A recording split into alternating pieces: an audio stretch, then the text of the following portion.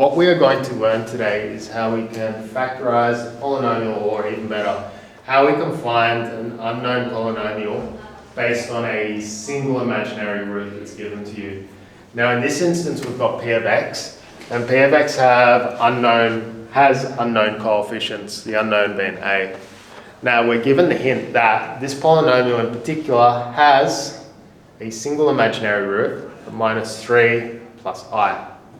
Using this information, we're going to be able to determine, firstly, the coefficients that are unknown in p of x, and then we're going to be able to fully factorize it. Now the interesting thing about this one is when we're given a single imaginary root, by definition, it's implicitly given us two roots. Have a think about, if I say, let's go for example,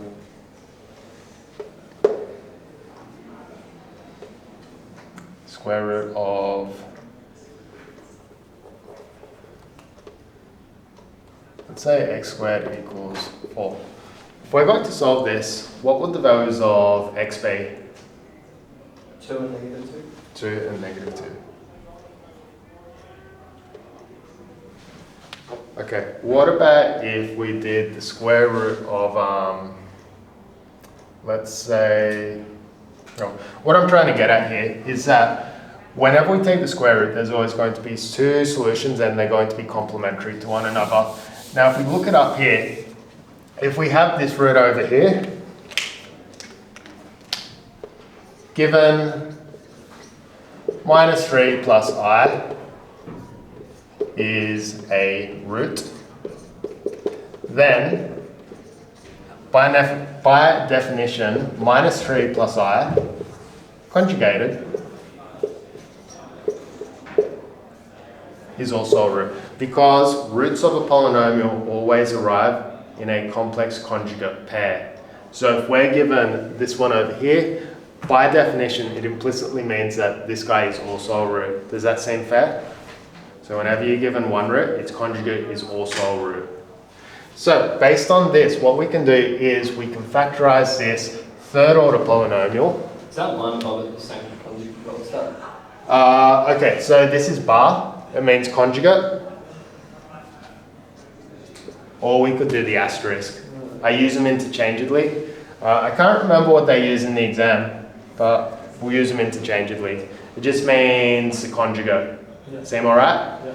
Okay, so because of that, what we're going to do is we're going to factorize p of x algebraically. There's going to be a linear factor, and then there's going to be a quadratic factor. So if we're trying to find the quadratic factor from this over here, we can use the sum and the product. For the sum, oops. So by definition, our alpha is going to be minus 3 plus I, and our beta is going to be minus 3 take I. So if we're doing the sum and product here, we're going to go for a sum of negative alpha plus beta. That's going to give us negative minus 3 plus I plus negative 3 take I. The i's are going to cancel, the 3's are going to stack to give us 6, negative 6 negated will be 6. So our sum is going to be 6. We cool? The product in this instance is going to be alpha times beta. That's going to be minus 3 plus I minus 3 take I. And when we multiply that all out using dots, we're going to discover that it's going to be 9 plus I squared. And that's, negative I squared. So that will be 10. So when we're factorizing this, what we discover is that a factorized polynomial can be written as, and I'm just going to put in some coefficients for now. We'll create a coefficient bx plus c. This will be for our linear factor. And for our quadratic factor, we're going to have x squared plus, the sum is 6, the product is 10, and there's our factorized polynomial with two coefficients that are unknown. Now, we go back to our last lesson's bit of learning to be able to discover B and C. Firstly, by inspection, could we define what B is just by looking at our polynomial over here?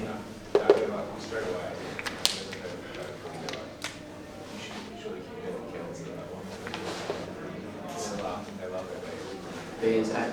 B is A. B is A because when we expand this one out, then what we discover is that B will have to have the same value as A. So let's just get rid of B altogether and go straight to A. Is there anything else we could do?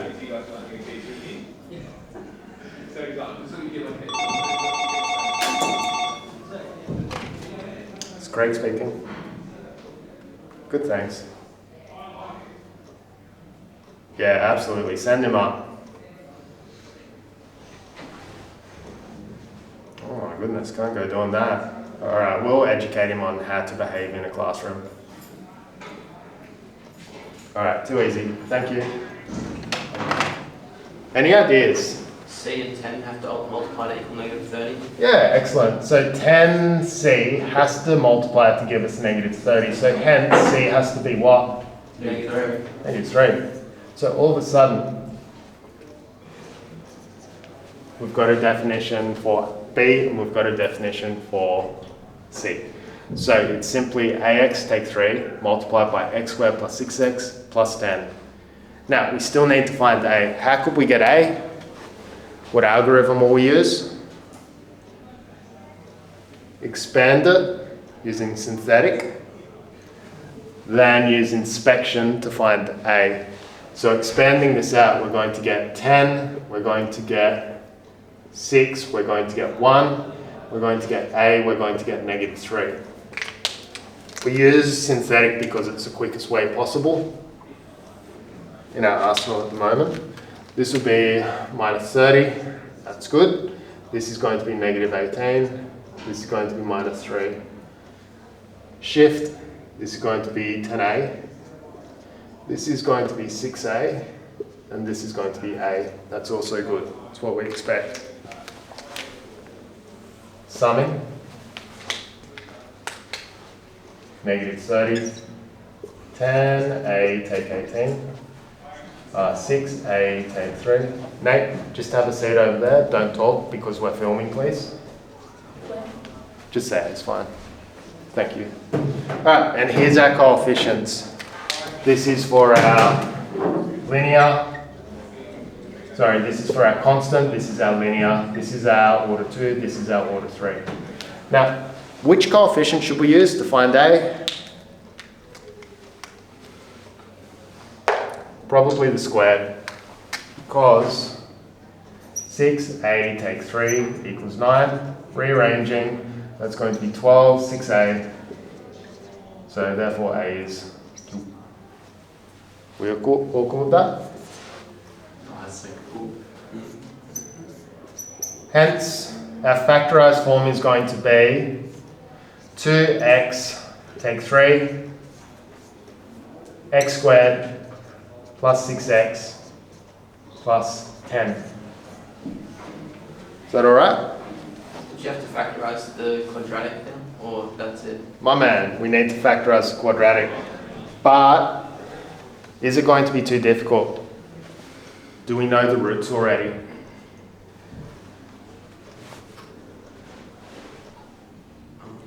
You know A root. Oh, you know 2. We know 3. 3. Our first one is already out here. We will do something extra with that, but we'll get to it later. Do we know the roots for the quadratic? The thing on the left. Yeah, they're already on the left. So all we need to do is state our linear, observe our first root, which is minus 3 plus I, and our second root, which is the conjugate, minus 3 take I. So I'm going to set it up. I'm going to write it a bit funny so it makes more sense. X take, then in the bracket, our first root is negative 3 plus I, was it, or take I? Plus I. X take minus 3 take I. The roots are always take. So if you do it like that, it's a bit yuck looking, but it's the right answer. Causes less confusion. So it's fully factorized. Fully factorized. One more thing. We don't really like having, oh, actually we can do that. If we wanted to, we could rewrite this such that we take out the 2. We have an x take 3 over 2.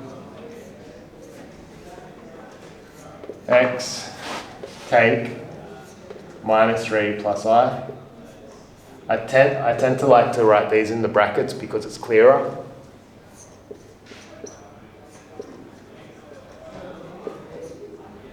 Like that. And that would be your answer. Having said that, this would also be fine. And having said that, unless it explicitly stated it wanted the roots like that, that would also be fine as well. Does that make sense? Could you just explain to me how you went from the first px and went down to the roots? This one to here? Yeah. Okay, so we have the quadratic over here. We wanted to write it in its fully factorized form. To write it in its fully factorized form, you simply need the roots.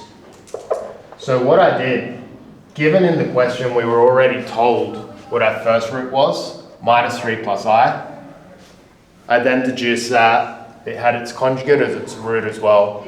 And then rather than trying to factorize this at all, I'm just like, I know the roots. So I'll start off by opening a bracket and writing x. The roots are always going to be take.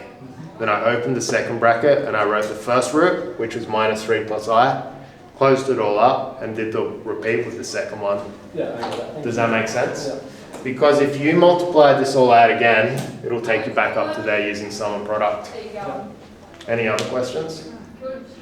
Why are roots always taken? Sorry? Why are roots always taken? They're always taken because if you sub in that over there into x, this would become 0. Nice catch, Chair. Yeah, it's just because the roots have so many terms in them, it's just easy to follow that form. Anything else? Okay, so first step, if you're given a single imaginary root, take the conjugate and that will be your second root. Based on the 2 imaginary roots, you can use sum and product to find the quadratic root or the quadratic factor, and then from there you can use algebra, particularly inspection to begin with, to find all the coefficients. We did inspection to find these ones. You don't have to, but it would be slower. After all that's done, you've found the roots, you've found the unknown coefficients, sub them all in. There's your polynomial factorized. Happy? All right, there's one more.